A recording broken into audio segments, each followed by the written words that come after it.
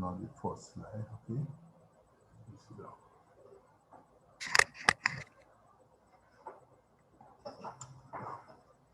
Good morning, ladies and gentlemen. The lecture today relates to the pharynx, which is indeed a very complex and abstract anatomy. So I'm going to introduce the pharynx to you, that this is a part of the digestive tract which is placed behind the nasal cavity. It is also placed behind the mouth. And interestingly, it is placed in another location behind the larynx. Hence the reason for the name pharyngeal division. So we have three pharyngeal divisions: the nasopharynx, the oropharynx, and the laryngopharynx.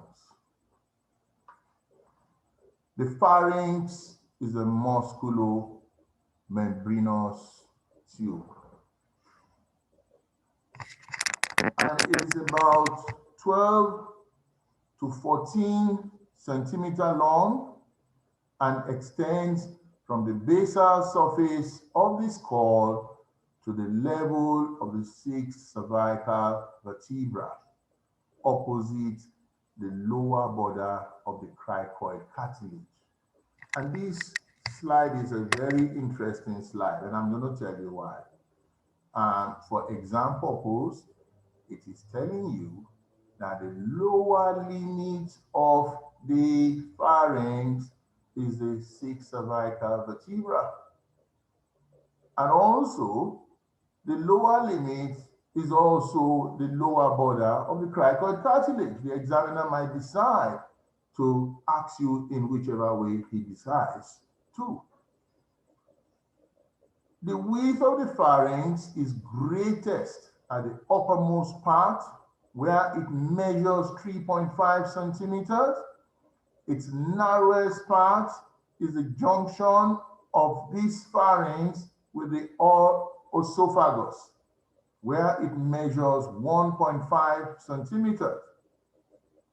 And this being the narrowest part of the alimentary canal, except for the vermiform appendix.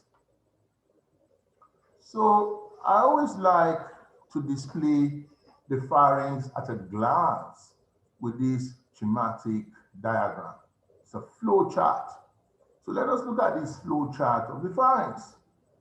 It is telling us that the posterior part of the body of the sphenoid bone and the basilar part of the occipital bone above forms the upper boundary of the pharynx. It is also the upper boundary of the nasopharynx. And this nasopharynx terminates at the upper border of the soft palate. And then the flow chart shows us that the soft palate is the upper boundary of the oral part of the pharynx, that is the oropharynx.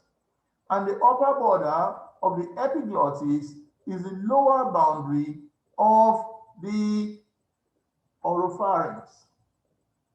And then the upper boundary of the epiglottis, the upper border of the epiglottis is the upper boundary of the laryngeal part of the pharynx and the lower border of the cricoid cartilage being the lower boundary of the laryngeal part of the pharynx.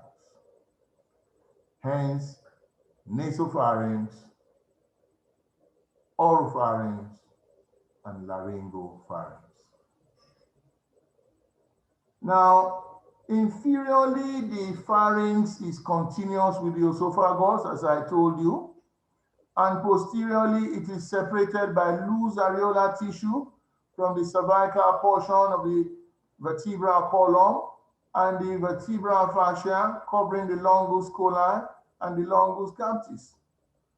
Unfortunately and interestingly, anteriorly, it opens into the nasal cavity, and it is not a complete boundary in such case, so forming the nasopharynx.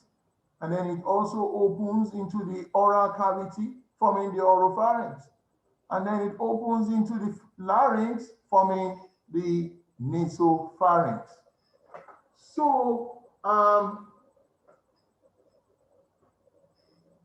can comfortably say that the anterior wall is therefore incomplete. Laterally, it communicates with the tympanic cavity through the auditory tube and is in relation with the styloid process and their muscles.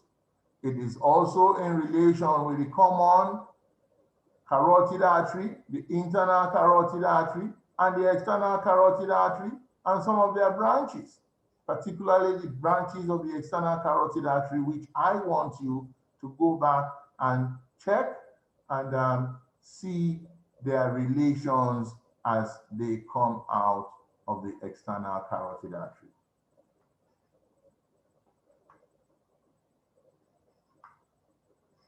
So this illustration depicts the pharynx, as you can see, the internal pharynx.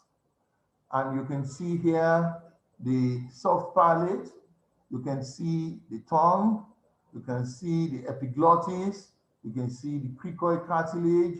So you yourself can demarcate the nasopharynx from the soft palate below to the base of the skull above. You can demarcate the oropharynx from the lower aspect of the soft palate to the upper border of the epiglottis. And then you can demarcate the laryngopharynx from the upper border of the epiglottis to the lower border of the cricoid cartilage. And this is essentially what you need to know for your exam. But the cadaver is not coded or colored like this. So in the laboratory session that will follow, I will give you a natural cadaver specimen, and I will label it for you. We're going to look at the attachment of the pharynx. The pharynx is attached, okay? It is attached above downwards on each side to the medial pterygoid plate. It is also attached to the pterygomandibular raphe. It is attached to the mandible, the tongue, the hyoid bone, and the thyroid and the cricoid cartilage. We're going to look at the oropharyngeal isthmus, and this is the aperture by which the mouth communicates with the pharynx. So it's a communication of the mouth to the oropharynx. And then you can say through this, it communicates with the laryngopharynx below and also the nasopharynx above. So above, it is bounded by the soft palate, below by the dorsum of the tongue, and at each side by the palatoglossal arch formed by the projection of the palatoglossus. The oropharyngeal isthmus is the approximation of this arch that helps to shut off the mouth from the oral part of the pharynx, which is an important aspect of the deglutition mechanism, that is the swallowing mechanism. I'm going to tell you something about the nasopharynx, that is the nasal part of the pharynx. Yes, it lies behind the nose and above the level of the soft palate, but from studies conducted by Jones in 1940, the nasal part of the pharynx is said to be morphologically an extension of the nasal cavity. Jones also mentioned and he confirmed that the soft palate separates the pharynx from the nasal chamber. And what is he saying? Jones is saying that there is no nasopharynx, that the pharynx actually begins from the oral part of the pharynx, the oropharynx. And basically, there is no nasopharynx. And that what we are calling the nasopharynx now is an extension of the nasal cavity. That is what Jones said in 1940. However, this view has been criticized by Lila et al. In 1974, approximately 30 years after. And Lila considered that the concept of nasal and pharyngeal contribution to the area must be held. With the exception of the soft palate, its wall is immovable, and consequently, the cavity is never obliterated in this respect. It differs from the oral and the laryngeal part of the pharynx, and it resembles the nasal cavity. Still on the nasal part of the pharynx, anteriorly, it communicates with the nasal cavity through the posterior nasal aperture, which measures about 25 millimeters vertically and 12.5 centimeter transversely. It is in this situation, the nasopharynx is separated by the posterior edge of the nasal septum. So, so a little mistake, I said the nasal aperture measures about 25 millimeters, but it is 25 centimeters. The pharyngeal isthmus is the opening through which the nasal part of the pharyngeal and the oral part of the pharynx communicate with each other between the free edge of the soft palate and the posterior wall of the pharynx. In the act of deglutition, the pharyngeal opening is closed by the elevation of the soft palate and the contraction of the palatopharyngeal sphincter. The lateral walls on each side presents the pharyngeal opening, that is the lateral walls of the pharynx, and the pharyngeal opening of the auditory tube, which lies about 10 to 12.5 millimeters above and a little below the posterior end of the inferior concave. And this is always an anatomy exam in this portal. It is important for you to know the elevations and folds associated with the pharynx. And here we have the tubal elevations, you have the salpingopharyngeal fold, and you have the salpingopalatal folds. Now we're going to look at the pharyngeal roof and the posterior wall of the pharynx. So the pharyngeal roof blends into the posterior wall because it slopes downwards. So the roof and the posterior wall of the pharynx forms a continuous sloping surface which inclines downwards and backwards, and it is supported by the basal part of the occipital bone, and to a lesser extent by the posterior part of the body of the sphenoid in front and the anterior arch of the atlas below. The pharynx has lymphatic tissues, and they are called the pharyngeal tonsils. The oropharynx is worthy to be mentioned distinctly, and this is the oral part of the pharynx, and it forms as an extension from the soft palate to the upper border of the epiglottis. It opens anteriorly through the oropharyngeal isthmus into the mouth and faces the pharyngeal part of the tongue. Posteriorly, it is at a level with the body of the second cervical vertebra and upper part of the body of the third cervical vertebra. So you'll be right to say at the level of the body of C2 and the upper part of C3. Palatopharyngeal arch lies behind and projects further towards the median plane than the palatoglossal arch. Each side of the palatopharyngeal and the palatoglossal arch are separated by a triangular recess, the tonsillar sinus, in which the tonsil is contained. Now, at the end of this lecture, I want you to attempt this multiple choice question relating to the palatal tonsil. You can consult with each other. You can consult with Gray's Anatomy. That is what I want you to consult with, huh? Gray's Anatomy. Don't go here and there. Also, this statement about the upper part of the tonsil is a multiple choice question, and you must be able to answer this at the end of the lecture. So we're going to look at the palatal tonsil. The medial surface of the palatal of the tonsil presents 12 to 15 orifices leading into the deep, narrow recess termed the tonsillar cleft.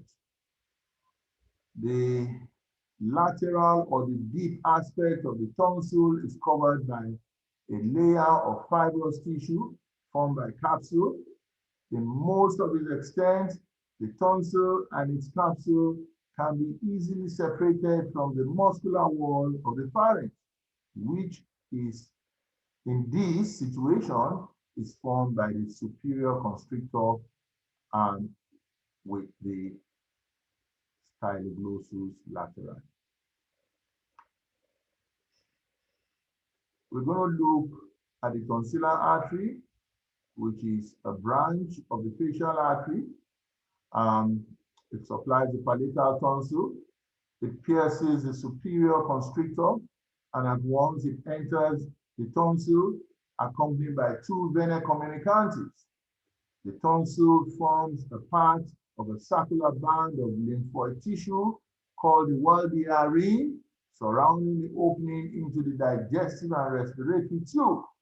The anterior and the lower part of the ring is formed by the lingual tonsil. So we're going to do a little surface anatomy of the palatal tonsil.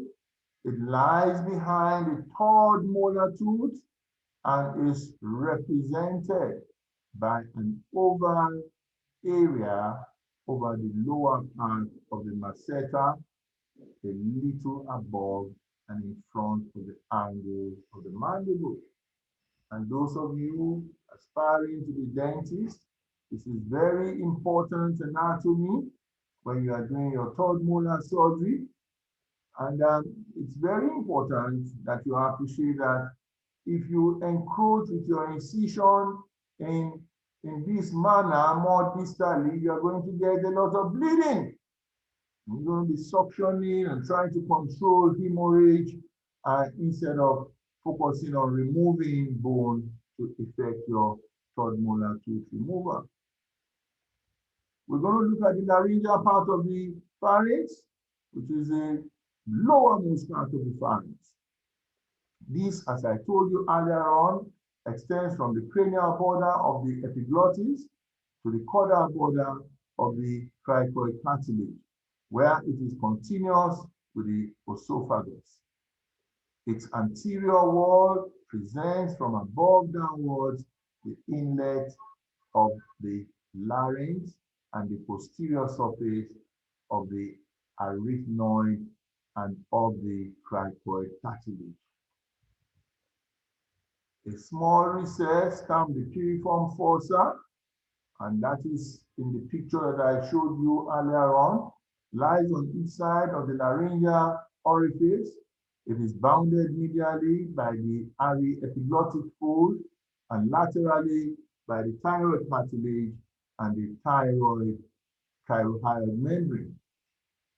Beneath the mucous membrane of the piriform fossa lies a branch of the internal laryngeal artery after they have pierce the thyroid membrane. And this is very important, applied anatomy in situation where the surgeon is trying to remove foreign body from this area. They may damage this nerve, that is, they may damage the internal laryngeal nerve, and this may lead to hoarseness of the voice and other problems. Now, posteriorly, the laryngeal part of the pharynx is level with the bodies of the C3, C4, and C5, and C6 vertebra. So we're going to look at the applied anatomy finally. The foreign body, which may be lodged in the piriform fossa, is a very important applied anatomy. And if instruments are employed to remove this, and they may pierce the mucous membrane, and the nerve is liable to be damaged with consequent anesthesia of the part of the mucous membrane of the larynx supplied by the nerve. So there's going to be anesthesia of that part of the mucous membrane of the larynx supplied by the internal laryngeal nerve. So we're going to look at the pharyngeal musculature. The muscles of the pharynx comprises of three constrictor muscles: the superior, the middle, and the inferior constrictor, and a trio of muscles which descends from the styloid process: the cartilaginous torus of the auditory tube and soft palate. Okay, so hence you have in this regard the stylo, the salpingo, and the palatopharyngeal muscles, which all these three descending obliquely into the muscular wall of the pharynx. And this is a table which shows the superior, the inferior, and the middle constrictor, and also the palato, the salpingo, and the stylopharyngeal muscle. And this is a drawing of the musculature of the pharynx, and with a display of the nervous relations. Similarly, this is also another diagram, and this is the diagram of the internal aspect of the pharynx, similar to what I showed you earlier on. And this is another multiple choice question which you all need to answer in an interactive manner. You can consult with each other, or you can consult with Gray's Anatomy. So this presentation has a total of 5 multiple choice questions. And these multiple choice questions are not for punishment, but it is to aid your further understanding of the topic. There will be another presentation, audiovisual, and shortly, which is going to be the laboratory session. The cadaver specimen that will be labeled will be displayed also, not with the session, but it's going to be displayed and demonstrated separately. But the lab questions are for learning, and the answers will be placed there. So that is what I will go through with you, the lab questions and the answer shortly. And thank you for coming to class. My name is Dr. Christopher Ogunsali, Senior Lecturer in the Department of Anatomy, University of the West Indies. Thank you.